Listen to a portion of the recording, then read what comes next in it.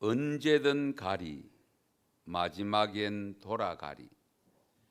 목화꽃이 고운 내 고향으로, 조밥이 맛있는 내 고향으로, 아이들 한울타리 따는 길머리엔 항림사 가는 달구지가 졸며 지나가고, 대낮에 여우가 우는 산골, 등잔 밑에서 딸에게 편지 쓰는 어머니도 있었다. 중간에 좀 생략하고요. 목사가 없는 교회당, 회당직이 전도사가 강도상을 치며 설교하는 산골이 문득 그리워 아프리카서 온 밤마처럼 향수에 잠기는 일이 있다. 언제든 가리 나중에 고향가 살다 죽으리.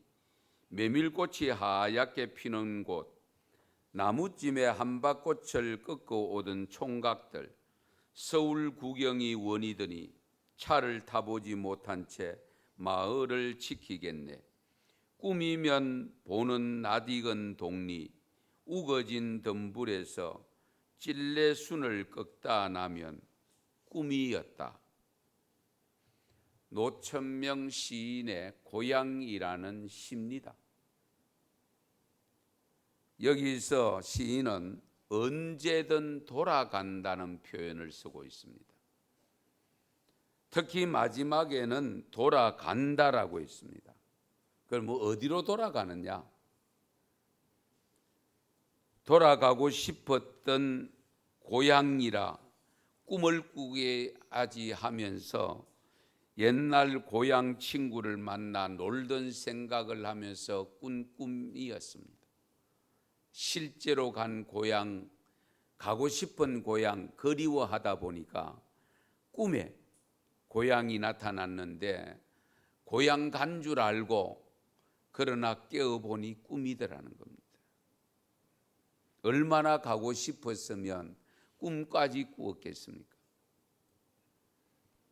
우리가 명절을 지내면 항상 고향 생각을 하게 되어지고 또 고향을 찾게 됩니다마는 지금은 이미 부모님들이 고향을 떠난 분들이 많아서 고향은 찾지 못하고 부모님 곁으로 가까이 다가가는 경우들이 많습니다. 그럼에도 불구하고 고향 하면은 좀 향수에 젖는 그런 마음들을 가지게 됩니다. 고향이 왜 좋은가? 왜 사람들은 고향을 자꾸 생각할까? 고향을 가보고 싶어 할까? 어려서 철모를 때 친구들과 뛰놀면서 꿈을 꾸고 품고 살았던 곳이기 때문에 그곳에 가면 헤어졌던 친구들을 혹 만날 수 있을지 모른다는 기대감에, 그리고 인심이 푸근해서 누구 집이든지 그냥 들어가면 됩니다. 지금은 초인종 울려가 문을 열어주면 들어가고 그렇지 않으면 못 들어갑니다. 그런데 옛날 시골 우리 고향집은 뭐 내 집 떠나듯이 친구 집을 떠나들며 뭐 밥솥에 소뚜껑 열고 밥을 먹고 그러던 시절을 생각하면 고향이 그립지 않을 수가 없지요. 언제나 사랑을 주려고만 하시는 부모님이 계셨고 이웃 친구 부모님을 만나더라도 마치 나의 어머니, 나의 아버지를 만난 것처럼 느껴지니까 고향이 푸근함을 느낍니다. 그러다 보니까 사람들은 그 고향에 안기고 싶어하는 그런 마음을 갖다 보니까 늘 고향을 그리워하고 사모하고 있는지도 모릅니다. 이 노천명 시인은 고향을 언제든 가리, 마지막엔 돌아가리라고 했습니다. 현대사회에서 마지막에 고향에 돌아가는 것 살아보면 쉽지 않습니다. 병들기 전에 고향에 들어가서 고향에서 죽고 싶다. 죽은 시체도 고향으로서 머물지 아니하고 병원으로 전부 이송을 합니다. 그래서 고향 가서 죽는 사람 정말 드뭅니다. 그렇게도 고향을 사모하지만 한두 번 가보는 것은 몰라도 그곳에서 살아야 한다고 할 때에 하나의 동경에 지나지 않습니다. 막상 가서 살아라고 하면 아마 지금 못 살지도 모릅니다. 한번 가보는 것은 가보고 싶은 마음이 들지만은 가서 살아라고 하면 아마 살지 못할 수도 있습니다. 그래서 고향을 그리워하면서 불렀던 대중가요 가사 중에 여러분 잘 아시죠? 저 푸른 초원 위에 그림 같은 집을 짓고 사랑하는 님과 함께 한평생 살겠다고 하는 이 가사를 요즘 세대 젊은 사람들이 들으면 꿈 같은 이야기고 웃기는 이야기가 될 수도 있습니다. 차라리 요즘 같으면은 저 넓은 도시 안에 아파트를 구입하여 사랑하는 님과 함께 살고 싶다. 아마 이렇게 가사를 적어야 되지 않을까 하는 생각을 가져봅니다. 옛날 속담에 타양에 나가서는 고향 까마귀만 만나도 반갑고 여우도 죽을 때는 태어난 고향으로 머리를 두고 죽는다는 말이 있습니다. 이 말은 고향이 주는 편안함, 따뜻함, 마음의 안식처, 사라진 곳에 대한 그리움, 아름다움, 정겨움 등을 함축해낸 말이기도 하지만 우리가 구사할 수 있는 말 중에서 사랑과 행복 다음으로 고향이란 단어가 우리에게 상당히 감동을 주고 정감을 주고 정말 고향 크면 왠지 푸근함을 느끼는 그런 단어가 되어 있습니다. 한국 사람들은 유별나게 고향 의식이 강합니다.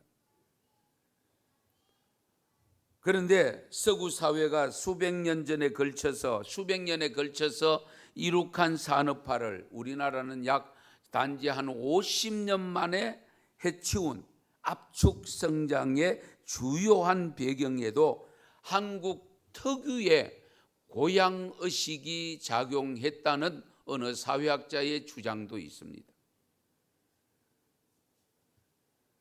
사실 우리 한국 사람들에게 고향은 어떤 의미를 지니고 있을까? 수많은 사람들이 제각각 고향에 대한 정의를 내놓았지만은 이것이 고향이다라고 정의를 내리라고 하면 그냥 태어난 곳이다, 안태 고향이다, 이런 표현을 하는 것으로 치부할지 모르겠습니다만은 사실은 고향을 정의하기가 쉽지 않은데 그래서 소설도 여러 책이 나오고 시도 이 고향에 대한 시가 꽤 많이 있습니다. 여러분 읽으셨는지 한번 제가 소개할 테니까 한번 보시기 바랍니다. 이동화 작가가 지은 장편 소설 우울한 귀향, 또 황석영 선생의 삼포 가는 길, 들어는 다 보셨죠? 이문열 선생의 그의 겨울, 박경리 선생의 토지, 고향을 소재로 한 것입니다. 그리고 어떤 시인은 고향을 일컬어서 마치 어머니의 자궁 같다라고 표현했습니다. 작가 정강식 씨는 고향이란 소설에서 이 세상 모든 사랑과 모든 길은 고향으로 통한다라고 적고 있습니다. 사실 고향을 주제로 하는 시나 대중가요, 동요도 꽤나 많이 있는데요. 나훈아 가수는 코스모스 피어있는 정든 고향역, 다 아시죠? 옛날에 다 한 가락씩 하셨을 겁니다.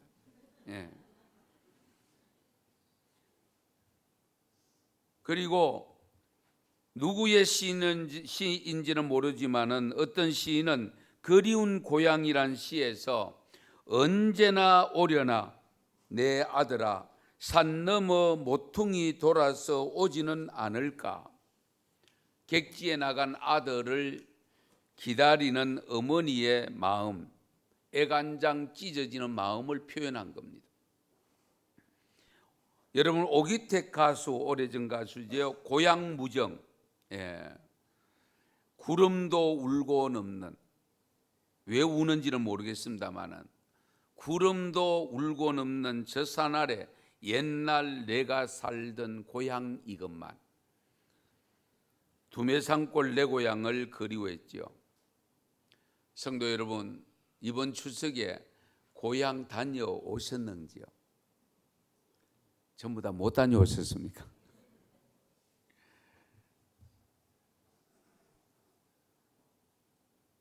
고향을 못 가신 분들이 많이 있습니다만은 가고 싶어도 정말 못 가는 분들이 있습니다. 북한에 고향을 둔 분들입니다. 정말 안타까운 거죠. 우리가 살고 있는 이 지역 남한에 있는 사람들이야 정말 마음 먹고 언제 가려고 하면 갈 수 있습니다. 안 가서 문제지. 그러나 북에 고향을 둔 분들은 가고 싶어도, 그렇게 가고 싶어도 갈 수가 없습니다. 그래서 가수 한정무는 꿈에 본 내 고향이란 노래에서 고향이 그리워도 못 가는 신세, 저 하늘 저 산 아래 아득한 천리, 꿈결에 그 시기 맛본 것처럼 고향이 마냥 그립고 아쉽다 라고 애간장 녹아내리는 슬픈 노래입니다. 이현상님은 내 고향 남쪽 바다 그 파란 물 눈에 보이네, 꿈엔들 이절이요 그 잔잔한 고향 바다. 같이 놀던 동무들이 엄청나게 보고 싶다는 그런 내용들.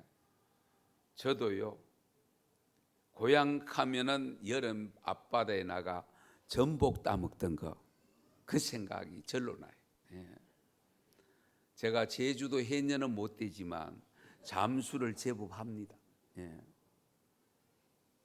그냥 배운 거죠. 그랬던 그 앞바다가 눈에 선한데 뭐 정말 잘 못 가잖아요.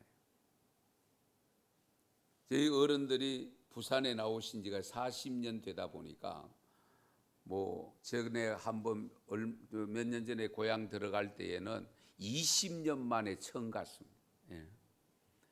요즘은 그래도 자주 가는 편입니다만은 어쨌든 고향은 정말 언제 가도 정감이 있잖아요.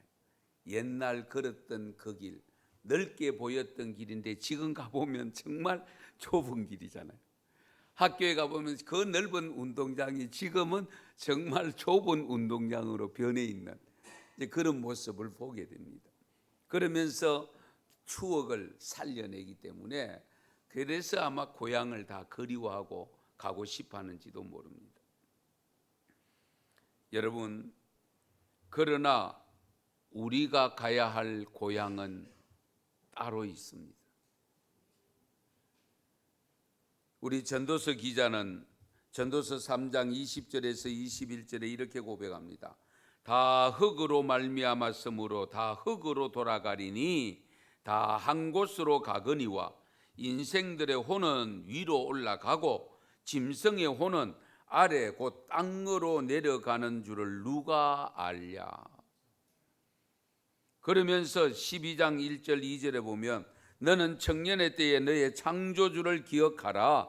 곧 공관날이 이르기 전에 나는 아무 낙이 없다고 할 해들이 가깝기 전에 해와 빛과 달과 별들이 어둡기 전에 비 뒤에 구름이 다시 일어나기 전에 그리하라. 종말이 오기 전에, 죽기 전에 하나님을 찾으라는 겁니다. 그 이유가 무엇인가 하면 사람의 마지막에는 자기의 영원한 집으로 돌아가야 하기 때문입니다. 그래서 전도서 12장 7절에 보면 흙은 여전히 땅으로 돌아가고 영은 그것을 주신 하나님께로 돌아가기 전에 기억하라. 흙은 여전히 땅으로 돌아간다. 그러나 영은 하나님께로부터 왔기 때문에 하나님께로 돌아가야 되는데 이 땅을 떠나기 전에 하나님을 기억하고 믿어야 하나님께로 간다는 겁니다.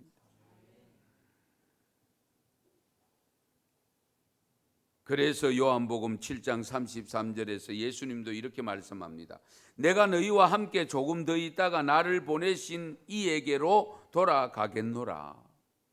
나를 보내신 이에게, 하나님께로 나도 돌아간다.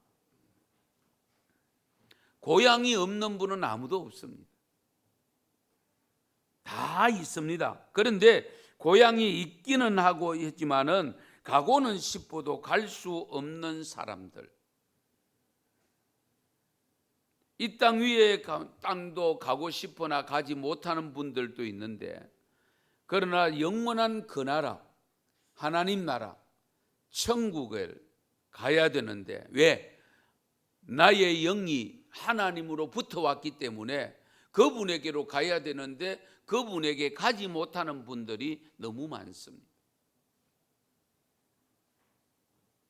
오늘 본문 16절에 보면 우리는 더 나은 본향을 사모하며 살아가고 있다라고 고백하고 있습니다. 더 나은 본향이 뭐냐? 이 땅 위에 우리 육신이 태어난 고향, 그것과는 비교가 안 되는 더 나은 본향이 있는데, 그 더 나은 본향은 우리의 영혼이 있던 곳입니다. 우리 영혼의 고향이라고 보면 됩니다. 영혼은 하나님으로부터 왔기 때문에 우리는 하나님께로 돌아가야 하는 것이 마땅한데, 사람들은 그래서 늘 영생을 사모하고 있겠습니다마는 가는 길을 제대로 바른 길로 가지 못하기 때문에 문제가 되는 겁니다. 여러분들이 이번 추석에 고향을 찾으면서 준비한 게 뭐가 있습니까? 고향은 혹 못 찾았더라도 부모님을 찾아가면서 늘 준비하는 것이 크게 두 가지입니다. 선물과 용돈입니다. 네. 그러나 길을 잘 가야 되는데 옛날 길 없어진 데가 많아요. 길을 넓혀서 옛날 추억을 되살릴 수 없는 길들이 많아졌습니다. 그러다 보니까 고향길 간다고 하는데 길을 잘못 떠는 경우도 있어요. 그러나 여러분, 우리가 가야 할 영원한 본향, 더 나은 본향길, 그 길 가기 위해서, 그곳에 가기 위해서 준비해야 될 것이 있습니다. 그 준비해야 될 첫 번째 항목이 뭐냐? 본향 가는 성도는 내비게이션을 준비하셔야 됩니다. 내비게이션. 요즘 내비게이션 없으면 잘 못 찾아가죠. 예. 이 내비게이션이 정말 잘 나왔습니다. 아마 내비게이션 없으면은 지금 교통 체증은 유도 아닙니다. 왜? 전부 다 길에 세워놓고 지도 봐야 되거든요. 그렇지 않습니까? 그런데 우리가 영원한 더 나은 본향으로 가는 그 길의 내비게이션은 예수님입니다. 예수님이 우리 더 나은 본향을 가는 내비게이션.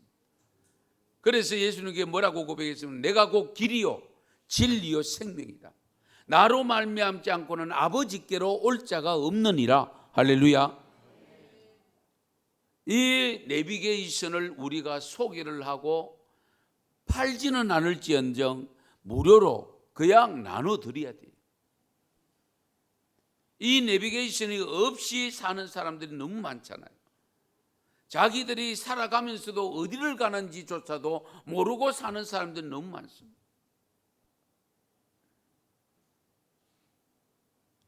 우리가 천국 가는 길에 안내자인 내비게이션과 같은 예수 그리스도를 분명히 믿는 믿음을 가지셔야 됩니다.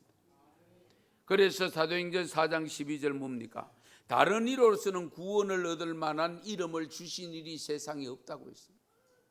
예수님 외에는, 예수 외에는 다른 이름을, 구원받을 만한 다른 이름을 세상에 주신 일이 없으므로 오직 예수님만이 구원 얻는 길이므로 그 길을 따라가야 합니다.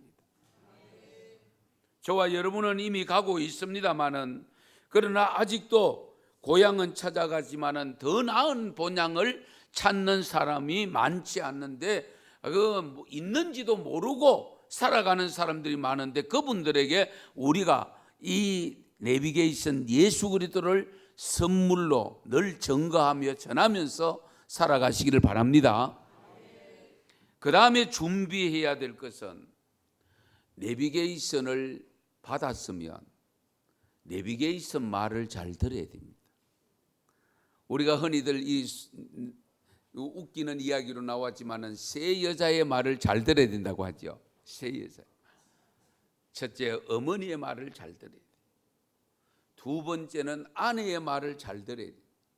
골프를 치는 분은 캐디의 말을 잘 들어야 된다고 해요. 뭐 왠지는 모르겠습니다만 저는 안 쳐봐서.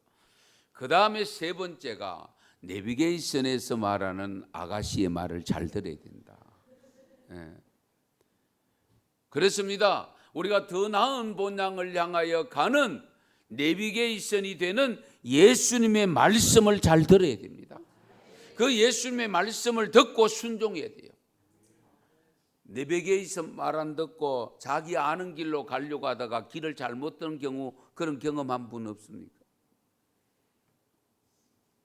혹 내비게이션보다 더 빠른 길, 지름길이 있을 수는 있습니다. 그러나 여러분, 지름길 너무 좋아하지 마십시오. 지름길에는 항상 편법이라는 것이 작용되어집니다. 그것이 우선은 쉽고 빠르고 좋을 것 같으나, 그러나 결코 좋은 길이 아닙니다. 그러므로 우리는 오로지 예수님이 전해주시는 그 말씀을 순종하면서 가야 돼요. 예.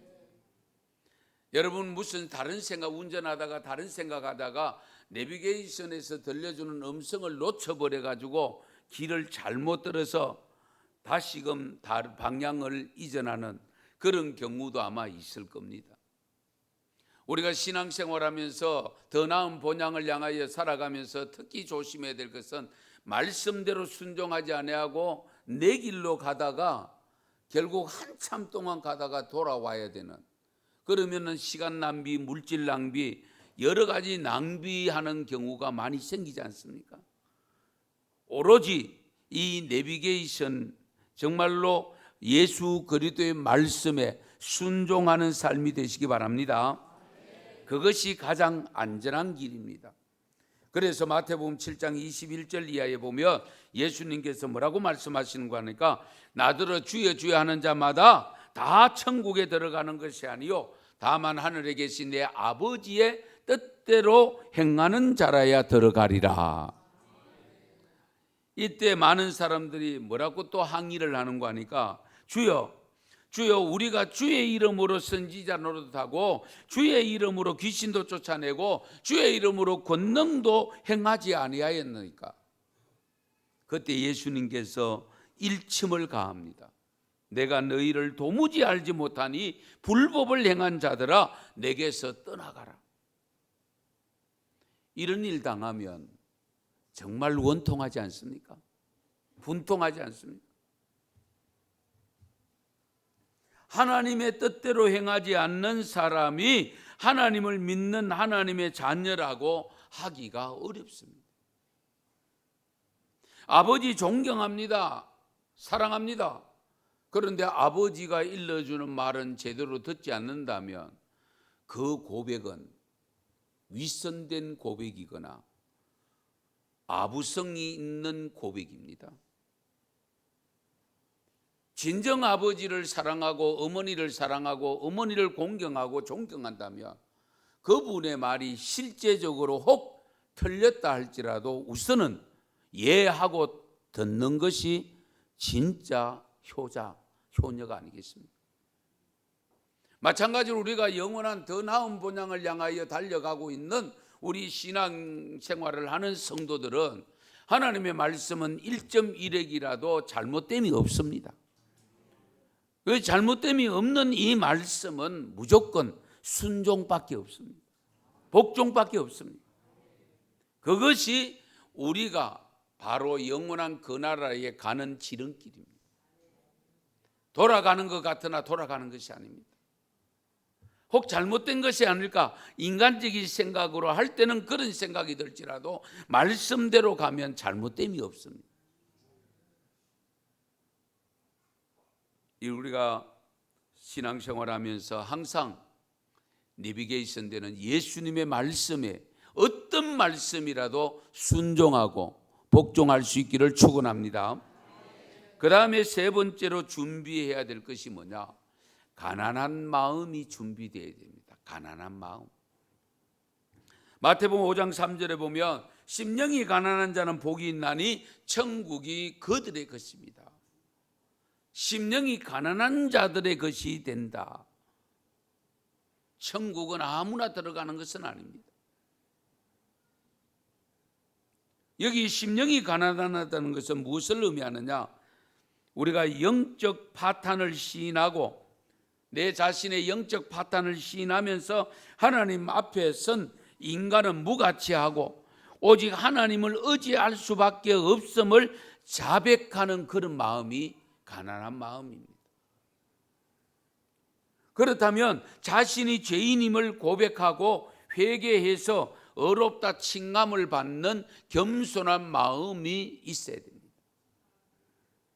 하나님을 부정하고 자신의 죄를 인정하지 아니하고 자기가 옳다고 우겨대는 교만한 마음은 결코 가난한 마음이 될 수가 없습니다. 요한복음 3장 5절에 예수님께서 대답하시되 진실로 진실로 내게 이르노니 사람이 물과 성령으로 나지 아니하면 하나님 나라에 들어갈 수 없다. 여기 물과 성령으로 거듭나지 아니하면 이걸 중생이라고 표현하죠. 새로워진다는 것을 의미합니다. 우리가 예수님으로부터 받는 성령 세례를 받고 물 세례를 받아서 회개하고 새 사람 된 그 모습을 갖추지 아니하면 하나님 나라에 들어갈 수 없다. 더 나은 본향에 이를 수가 없다는 겁니다. 그래서 우리는 항상 겸손한 마음, 가난한 마음을 가지세요. 가난한 마음을 가질 때에 우리가 모든 사람을 수용하게 됩니다. 포용하게 됩니다. 내가 가난한 마음을 가질 때에 이해를 합니다. 넓은 마음으로 덮어주는 사랑을 할 수 있습니다. 제가 종종 말씀드리지만 제가 이 말씀을 준비하면서 또 자료를 조사해 봤는데요. 2016년부터 금년까지 4년 동안 14번, 추석은 이번 추석이니까 자료가 아직 안 나왔습니다. 지난해까지 3번, 7건에 걸쳐서 설이 있던 달과 추석이 있던 달, 그 달의 이혼 건수와 그 다음 달의 이혼 건수가 구체적으로 대부분에서 발표한 자료가 최근에 14일자로 나와 있었습니다. 그 내용을 지금까지 다 말씀드릴 수는 없고 가장 가까운 지난해 한번 들어보시기 바랍니다. 지난해에 설이 끼인 달이 2월 달이었습니다. 지난해도. 그런데 이혼 건수가 그 달에 8,880건입니다. 그런데 설 다음 달 3월 달에 11,116건입니다. 이것이 제가 퍼센트로 보니까 25%가 증가한 수치입니다. 설 다음 달. 그 다음에 지난해에 추석이 있던 달, 끼인 달 9,056건이 이혼 건수였습니다. 그 다음에 그 다음 달이 10월 달인데요. 그 다음 달에 보니까 12,124건입니다. 이것은 약 33.8%가 증가된 숫자입니다. 2016년도부터 2018 금년까지 해서 설까지 하고 추석은 아직 잡으려고 안 나오는데 전체적으로 제가 평균을 잡아보니까 25%가 전달 그 명절이 끼인 달보다 그 다음 달에 이용 건수가 높다는 사실. 왜 이런 현상이 생기느냐? 물론 명절 딱 그 때문만은 아니고 지금까지 그래도 참고 참아왔던 내용들이 명절을 통해서 더 크게 부각된 겁니다. 그러다 보니까 그런 현상이 생기는데 이런 현상이 생긴 근본적인 이유가 뭐냐? 마음이 가난하지 못하기 때문입니다. 내 마음이 가난하면 그 모든 것 듣고 갈 수가 있습니다. 그 모든 것 포용하고 갈 수가 있습니다. 그러니까 마음이 가난하지 못하니까 내가 도저히 이것은 못 참겠다 이런 말을 하게 되는 거예요. 왜 못 참는 마음이 결국은 가난한 마음이 벗어나는 겁니다. 가난한 마음이 될 수가 없습니다. 이것은 결국 무엇으로 이어져야 되느냐? 겸손한 마음, 어린아이 같은 마음으로 이어져야 됩니다. 그래야 우리나라의 이 잘못된 문화를 바꿔나갈 수 있습니다. 마태복음 18장 1절 이하에 보면 제자들이 예수님께 나와 말하기를 천국에서는 누가 큽니까? 라고 묻잖아요. 그런데 예수님께서는 어린아이 하나를 불러다가 세워놓고 이 어린아이와 같이 되지 않는 사람은 천국에서 들어갈 수도 없다라고 하면서 천국에서 진정 큰 자는 바로 이 어린아이와 같이 하는 사람이라고 일러줍니다. 그러니까 이 땅 위에서 우리가 살아갈 때에 낮은 자, 마음이 가난하여 겸손해서 남을 높여주는 사람이 천국에 달하면 크게 하나님으로부터 높임을 받는다 그 말씀. 이런 마음이 있으면 싸울 일도 덜 싸우게 되죠. 그렇지 않습니까? 내가 흔히들 마음을 버렸다. 그런데 못 버린 게 많아요. 실제적으로 마음을 내가 다 버리면 어떤 경우도 다 받아들일 수 있습니다. 바로 그런 겸손한 마음과 어린아이 같은 이 마음을 비우는 정말 이런 마음을 가지는 것이 무엇보다 중요합니다. 그래서 예수님께서는 나는 마음이 온유하고 겸손하니 나의 멍에를 메고 내게 배우라. 너의 멍에를 메고 내게 배우라. 우리 주님께서는 십자가를 지고 가는 멍에가 있었습니다. 그 멍에 메고 내게 배우라고 했습니다. 예수님께 무엇을 배워야 됩니까?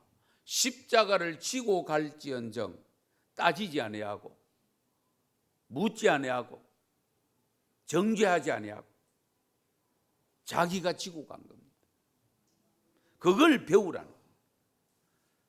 그러니까 예수 믿는 사람은 손해볼 수밖에 없습니다. 왜? 내가 더 나은 본향을 향하여 가기 위해서는 그 삶을 살아야 되니까. 내비게이션 말을 예수님의 말씀을 들어야 되니까. 이 점을 생각하셔야 됩니다. 우린 자꾸 예수 믿고 앉으려고 합니다. 이기려고 합니다. 그건 바람직하지 않습니다. 그건 주님의 방법이 아닙니다. 주님의 방법은 내가 지는 것이 이기는 것입니다. 할렐루야. 이 점을 항상 염두에 두세요. 그래서 예수 믿는 사람이 너무 똑똑하다는 소리를 안 듣는 것이 좋다. 저는 늘 그렇게 생각합니다. 좀 어리석다는 소리를 들어야 됩니다. 어쩌면 바보 소리를 들어야 됩니다. 제가 전에도 바보 행진이라고 제가 표현을 썼습니다마는 우리가 어쩌면은 주님께로 따라가는 제자의 길은 바보들의 행진입니다. 예수님 바보 아닙니까? 바보 같잖아요. 인간의 상식적인 눈으로 보면 바보지. 십자가에 뛰어내릴 수도 있고 십자가에 못 박는 사람을 그 자리에서 적사시킬 수도 있는 능력을 가지신 분인데도 불구하고 그분들에게 맡겨져서 당신께서 죽어가고 있으니까 얼마나 웃기는 이야기입니까? 그런데 결국은 주님께서 승리하셨습니다. 무엇으로? 부활로. 할렐루야. 그것으로 지금까지 모든 것 다 엎어버린 거예요. 예. 그러므로 우리 성도 여러분들도 어쨌든 어린아이 같이 겸손한 마음, 가난한 마음을 가지시기 바랍니다. 그리고 우리가 항상 저 나은 본향을 사모하면서 사는 분들은 받을 상급도 좀 생각해 보세요. 왜냐하면 성경에 상급을 많이 강조하고 있는데 그 상급 중에 상급이 뭐냐? 면류관입니다. 아이고 면류관 안 받아도 되고 뭐 개털 모자도 써도 내가 천국 가기만 하면 됩니다. 물론 그렇습니다. 그러나 기왕 가는 거 주님 앞에 가가 면류관 받았으면 좋지 않겠어요? 이 땅 위에서 학사모, 박사모, 뭐 석사모 하나만 더 써도 야단 법석인데 면류관 받았으면 좋지요. 면류관도요 종류가 너무 많더라고요. 제가 보니까 자랑의 면류관이 있어요. 데살로니가전서 2장 19절에 보면 우리의 소망이나 기쁨이나 자랑의 면류관이 무엇이냐? 자랑의 면류관. 그 다음에 영화로운 면류관, 영화의 면류관이 있습니다. 그리고 의의 면류관도 있고 영광의 면류관도 있고 생명의 면류관도 있습니다. 면류관 종류가 너무 많아요. 그러나 하나님께서 이렇게 다양한 면류관을 말씀하신 것은 우리 하나님의 자녀들이 하나님 더 나은 본향을 사모하면서 고생하고 버리고 내려놓고 한 그런 모습을 우리 천국에서 하나님이 다 보상해 주신다 그 말씀입니다. 예. 세상 것 썩어 없어질 것 거기에 너무 신경 쓰지 말아라.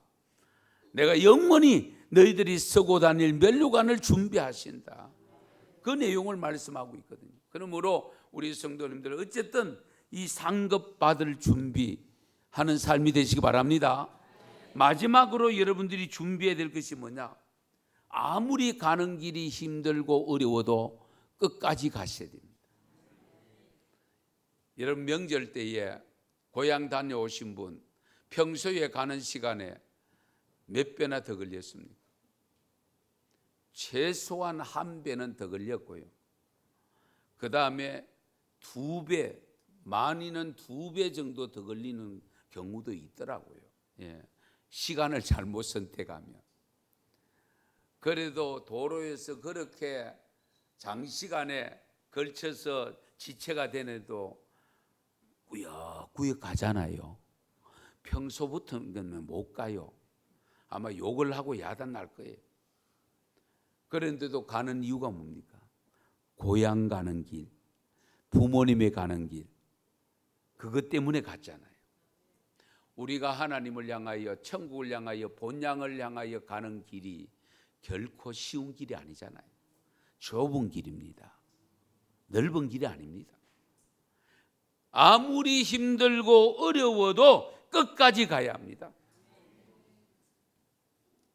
의를 위하여 핍박을 받는 자는 복이 있다라고 했고 천국이 그들의 것이라고 분명히 일러주고 있습니다. 우리가 고향 가는 길이 아무리 오래 걸려도 참으면서 가는데 영원한 천국을 향하여 가는 길인데 아무리 힘들어도 어려워도 반드시 그 길은 가야 될 줄 믿습니다. 1980년 3월에 우리 프랑스 파리에 브르세라고 하는 병원이 있다고 하는데요. 그 브르세 병원에 한 세기를 떠들썩하게 한 유명한 분이 입원을 합니다. 지성인인데 폐수종에 걸려서 입원을 합니다. 한 달 동안 이 병원에서 문자 그대로 발악을 했다고 표현할 정도였습니다. 발악을 했다. 소리를 지르고 찾아온 사람들에게 고함을 치고 절규를 합니다. 그러면서도 그는 죽음에 대한 불안과 공포 때문에 자기의 병명이 무엇인가를 곁에서 물을 수도 없고 또 가족 안에도 차마 그 남편에게 당신이 어떤 병이라는 것을 일러줄 수가 없어요. 병명을 몰라도 저렇게 야단법석인데 죽을 병이라는 것을 알려주면 어떻게 되겠어요?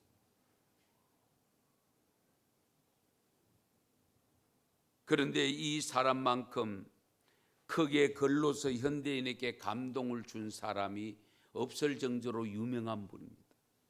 이 사람이 누구였느냐? 사르트르입니다.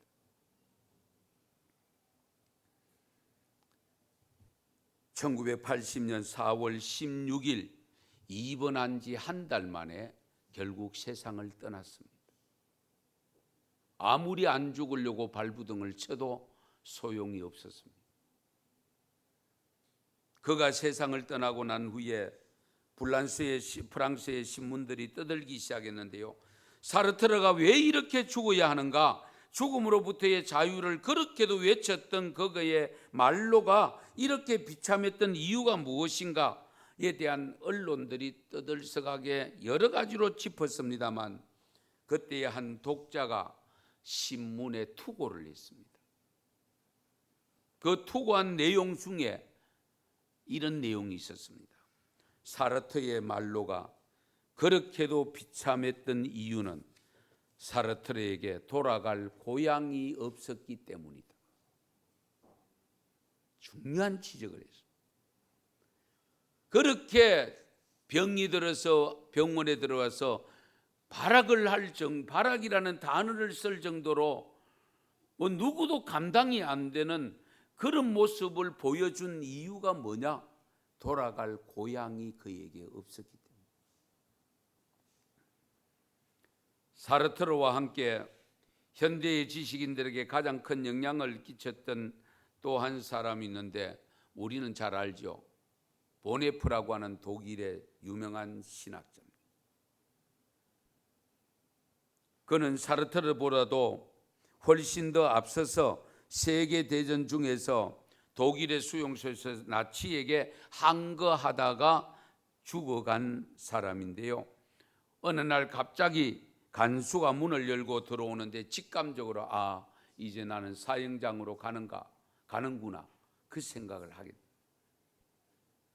그래서 이 보네프 목사님께서 마지막인 것을 알고 그 감방에 있던 여러 감방 동료들, 그 동료들을 향해서 이렇게 인사를 했다고 합니다. 동지 여러분, 이제 나에게는 죽음이 왔소. 그러나 기억하시오. 이것은 마지막이 아니고 시작이요. 주께서 나를 위해서 예비하신 아버지의 집에서 만날 때까지 여러분 안녕히 계십시오. 그리고 감방을 나서는 그에게서 엄청난 놀라운 평안과 그 기쁨이 넘쳐 나와서 감옥을 흘러 적시게 만듭니다. 사르트르와 보네프 두 분의 마지막 장면이 정말 우리가 생각하게 만드는 장면이 아닐까요? 보네프에게는 돌아갈 본향이 있었기 때문입니다. 돌아갈 본향이 있어요. 돌아갈 본향이 있는 사람과 돌아갈 고향이 없는 사람의 차이가 그런 엄청난 차이를 가져왔다. 끝으로 저는 여러분에게 질문을 드리고 싶습니다. 나름대로 육신의 고향을 찾은 그 경험과 그 모든 추억들을 생각하시면서 더 나은 본향, 그 길 제대로 걸어가고 계시는지, 본향을 사모하며 가고 싶어 안달이 나는 그런 애틋하게 사모하는 마음을 갖고 계시는지, 명절이 명절로 끝나는 것이 아니라 진정한 더 나은 본향을 찾아가는 삶으로 이어질 수 있기를 바랍니다. 기도드리겠습니다.